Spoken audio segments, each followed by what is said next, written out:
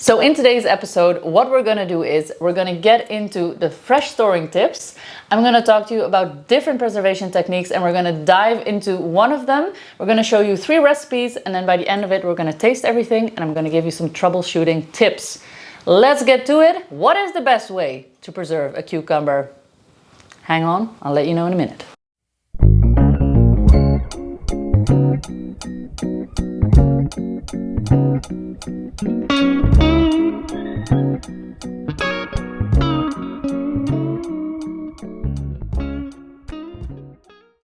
So first off, let's begin with some simple storing tips.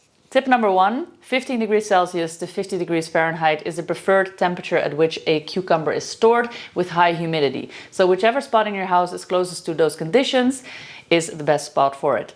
Second off, if you're going to be storing them, don't place them near ripening fruits such as bananas or apples because they actually excrete a gas that will speed up the rotting process. Just keep it at 15 degrees Celsius, a little bit wet, and they don't like to party with the fruits. All right, moving on, let's talk about some different preserving methods, shall we? So of course we have our pickling, we have our cooking, we have our drying, we have our freeze drying even. But today we're gonna talk about the best way of all, which is of course the fermentation method. Now the reason that fermentation is my preferred way of preservation for cukes is because not only do we intensify the flavor and make it much more complex and delicious, we are also going to boost our microbiome because there is loads of lactobacilli that come to life when you are fermenting, which are really great for us. So we're gonna enjoy, make ourselves healthy and get into a little kitchen adventure, which I know scares some of you. It's like having a little pet that farts and needs a lot of attention in the first couple of days. But trust me, it's totally worth it because once they're stable and delicious, you'll have something in your fridge to truly be proud of. Let's begin. For all the fermenting recipes, there are a few baseline rules. Let's get into those. What we're doing is called lacto-fermentation. Lacto-fermentation is a type of fermentation where sugars are transformed into lactic acid by so-called lactobacilli. Lactobacilli are naturally present on the skin of cucumbers, and when we introduce salt and water, bacteria start to grow. Salt helps combat the growth of pathogens in the early stages of the fermentation until enough lactic acid has been produced to lower the pH enough to preserve the product you are fermenting. It is the lactic acid, the byproduct of the beneficial bacteria feeding itself, that keeps the bad guys at bay and makes your cucumbers taste sour and amazing. Here are some tips for successful fermentation, in this case pickling cucumbers or gherkins. Use clean equipment, guys. Sterilize your jars, lids, and if you are using them, your fermentation weights. Secondly, the freshness of your ingredients is really advised. Don't introduce too many of the bacteria that decompose veggies at the onset. This will make it harder for the lactobacilli to compete and create that acidic environment. Thirdly, topping and tailing your cucumbers helps the even fermentation of the pickles throughout. Though not required, we like the result better when they are topped and tailed for fermentation. For cucumbers, we use a 5% salt brine, meaning we calculate the weight of the water needed, then multiply that by 0.05, and that is the weight of the amount of salt you will need for that amount of water. You then have a big batch of fermentation salt brine that you can use for your pickles. Point number 5, always keep your ingredients submerged. This is very important because anything exposed to air might start to create mold. Point number 6, make sure you either use an airlock when fermenting, or if you are more basic and you don't have one, be sure to burp your jars every day to release the byproducts of the fermentation process. This can be things like alcohol, which in the end will end up killing your ferment if you don't let these gases escape. Lastly, you should like the smell and texture of the end result. Admitted, fermented products aren't for everyone, but really if the smell is foul and your cucumbers are slimy, bin them. They're not supposed to be like that. They're supposed to smell sour and have a crisp texture. Sophie has a sore throat, so I will narrate the recipes for this video. Ami and Sophie spend the morning making some delicious classic fermented Polish pickles with dill. They start off by making a big batch of 5% brine. They wash the cucumbers with just water, no soap. Just a good scrub. They're using both Parisian gherkins, which have a thicker skin and are perfect for pickling, and young slicing cucumbers. Ami was in charge of topping and tailing the cucumbers, while Sophie sterilized the jars and lids.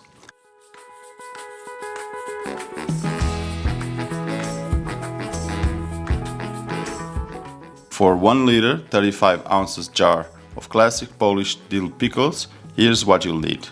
2 oak leaves, 10 black peppercorns, 2 bay leaves, 2 garlic cloves, 6 sprigs of fresh dill, 1 tablespoon of yellow mustard seeds, and 1 tablespoon of honey. The oak leaves contain tannins, which help keep the pickles nice and crisp. Start by placing 1 oak leaf at the bottom of the jar.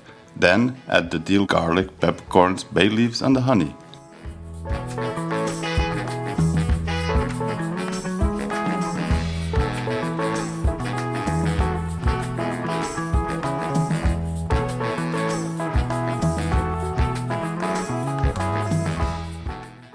Next, pack the jar as full as you can with the gherkins and young cucumbers.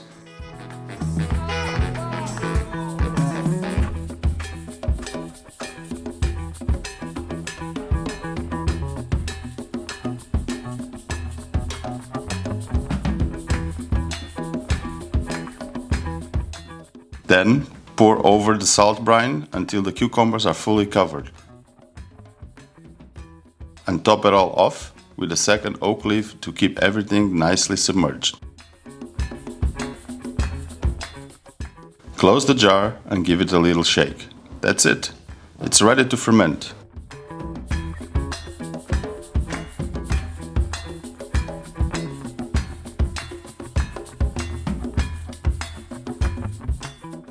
Let it sit at the room temperature for 3 to 7 days. Burp the jar once a day until no more gas is released. When it tastes just right, pop it in the fridge. These pickles will keep for 2 to 3 months at a stable, cool temperature.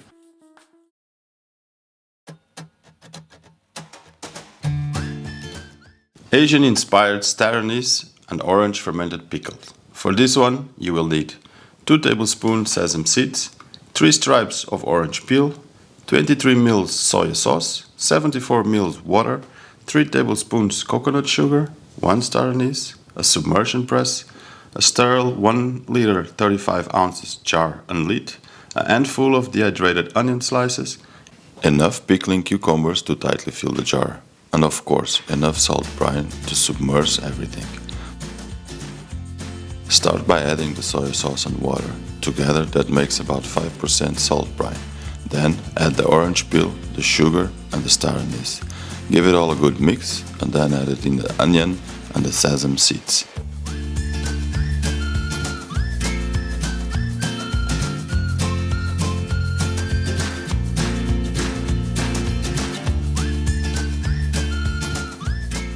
Now it's the time to start tailing the cucumbers.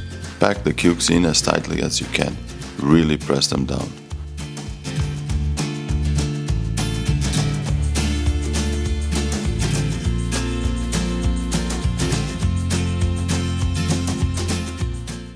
Once everything's packed, top it off with the brine until the cucumbers are fully submerged. Then add the submersion press to make sure everything stays under the liquid. Close the jar, give it a little shake to mix the brine with the soy mixture, and that's it. Leave it to ferment at room temperature for 3 days, burping daily.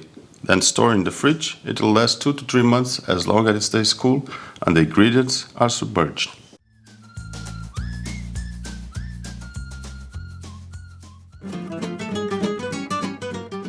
This one's a cucumber and an onion pickle with fresh lime and garlic. A really nice flavor combo.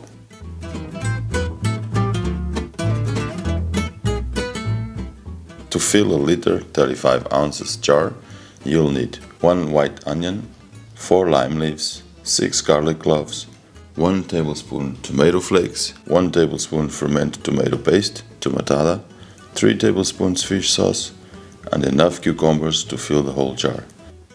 First, chop up the onion and the cucumbers. Then, fill the jar with them to see how much you'll need. Once the jar is packed, tip everything out into a bowl.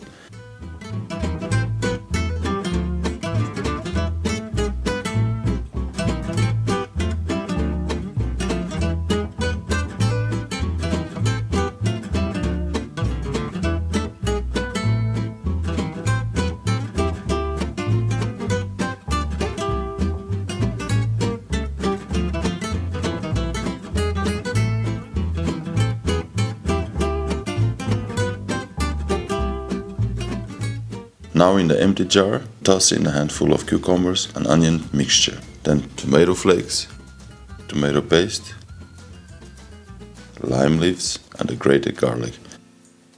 Add the fish sauce. Then toss in a handful of cucumbers and the onion mixture. Pour in about a cup of brine, just enough to mix everything. Then close the jar and shake it well to combine all the flavors. Reopen the jar and finish filling it with the remaining cucumbers and the onion chunks. Once full, top it off with the brine until everything is submerged. Close the lid again, shake it once more, then add your submersion press and seal it loosely. Let it ferment for 3 to 7 days at room temp, burping daily. Once it's stable and tastes how you want it, move it to the fridge. Okay, let's do a little taste test. We're going to start off with the pickle, the Polish pickle. Then we're going to move on to our little tomato pickle. And then we're going to go for our soy sauce pickle. Exciting! Let's open them up.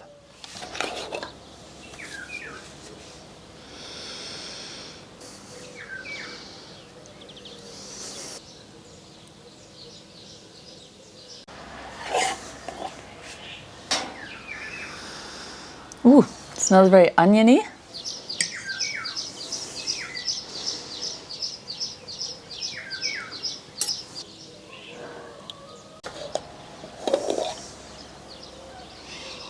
A bit sweet.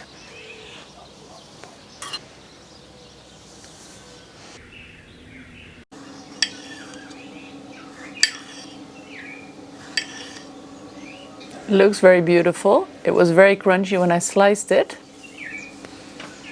The Polish pickle, it's the morning right now, so it's a bit strange that I'm trying pickles in the morning, but this is the only time window that I have to make this video, so I'm just gonna go for it.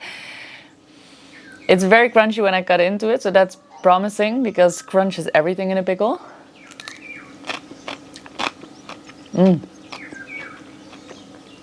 Yep. It's sour, still quite salty. Really tastes the dill, and I'm loving it.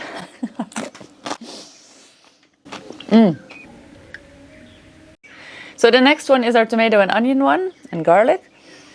It smells really nice. It doesn't smell at all like the Polish pickle. It smells very oniony and garlicky, and I'm mostly excited to see if this is going to still be crunchy, because when you cut up pickles, they don't end up being as crunchy usually. Let's see if you can get a good close-up here. All right. Looks nice. Here we go.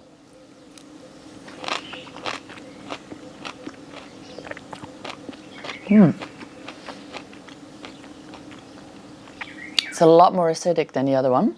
The crunch is slightly different because we fermented them open. So the side of the cucumber is still very crunchy, but then the inside is a little more soft than the one that's the Polish one. Gonna taste another one. Gonna taste a piece of onion. Oh, that's very nice. Crunch, crunch.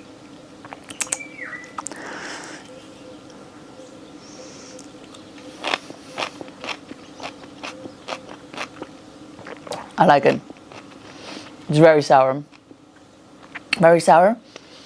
Light hint of tomato. Strong taste of onion. I'm really digging this one. Next, we're moving on to our Asian ladies. These smell very sweet. So these had the orange and the star anise and the sugar in them. So this is going to be very exciting. I stopped fermenting this after 3 days because with the sugar it really was fermenting hard, and then I put it in the fridge. So I think that because we added the sugar, this one is less shelf stable, and probably if you would leave it out, it would keep on going a lot more. Let's cut into it.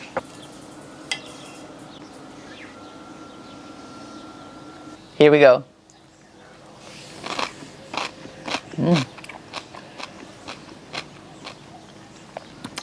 Excellent crunch, first of all. Probably the best crunch of all of them. This is very nice. This is like very complex because it has a slight hint of orange and also the star anise, but it's not overpowering. And it's a little bit sweet, but mostly acidic.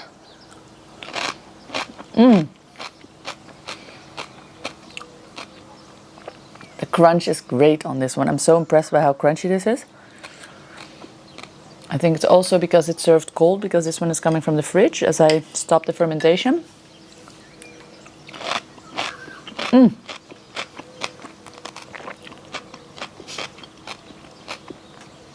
Now it's time to grade it. I'm going to give the Asian ones an 8.5. I'm going to give the Polish ones an 8. And I'm going to give the tomato ones, oh, this is tricky, an 8.2. So the Asian ones are the winner. But I think for longevity on the shelf, I think the Polish and the tomato one are probably easier to store for a longer period of time. So let's talk for a moment about pickles before we end this video, because there is some troubleshooting stuff that you should be aware of. Because fermentation is a live process, it's a lively process. You're working with all these microorganisms, and sometimes it doesn't go the way that you want it to. So one of the most common things that will go wrong in fermentation is that you'll get either a white layer of fungi on top of your vegetables, on top of your cucumbers in this case, but could be anything else you're fermenting. So this means that yeast has contaminated your ferment, and unfortunately you're gonna have to bin it now, because this is something that will make the vegetables spoil. So one of the reasons might be that you didn't sterilize your jars properly, or you didn't work very cleanly with your hands and tools. So that's really important, guys. Just make sure that you're working really cleanly. The second thing that could have happened is that you didn't have the right amount of salt in there. So I use 5% brines, water with 5% salt, for most of my ferments, with a few exceptions here and there, but that's a good rule of thumb if you're going to add it up with liquid. If you're just fermenting with the vegetable itself, so for instance sauerkraut, it's a 2% salt to the weight of the veg. Another thing that can go wrong in fermentation is that you have your balance of flavors off. So it's really nice to start experimenting once you get good at it, and you can, adjust your seasoning. But when you start out, it's good to follow some recipes, because over time, obviously, everything you put in there, like pepper or bay leaf or dill or seeds or something, over time they will just release more and more of their aromatics, and sometimes that ends up being a little bit too overpowering. And then last but not least, another thing that can go wrong is that you're actually using veg that is already too old. So it's really important that you use nice and freshly harvested or really young vegetables for this process, not things that have been laying around and starting to sort of start the decomposition process already on your counter, because obviously you're then bringing all that microbiology into your ferment, and that isn't desired. So what can you do when a ferment starts to go off? Nothing really, unfortunately. You're going to have to try again. Is it dangerous? Is fermentation dangerous? People ask me a lot of times, like, should I be worried that I'm giving myself food poisoning? And the great answer about ferments, vegetable ferments, is no, it isn't dangerous, because if it is actually to the point where you really shouldn't be eating it, don't worry, you're not going to want to eat it. It's going to smell awful, it's going to be very mushy, it's going to be very unappealing. So if that's happening, you didn't do a good job and you should bin it. Follow your gut, follow your instincts. And that's really the nice thing about ferments, I think. It's sort of a fail-safe way, because if you effed up, so to speak, you will know about it. It's not like a botulism situation where there's a silent killer in here. Yeah, happy fermenting. Drop the comments and questions below, because I'm happy to answer them. And if you want to watch more of our video content, check out one of these two videos. And if you like our content, don't forget to hit that subscribe button and give us a thumbs up. It really means a lot to us. And next week there will be a new video. See you on the next one. The Farming Chefs, peace out.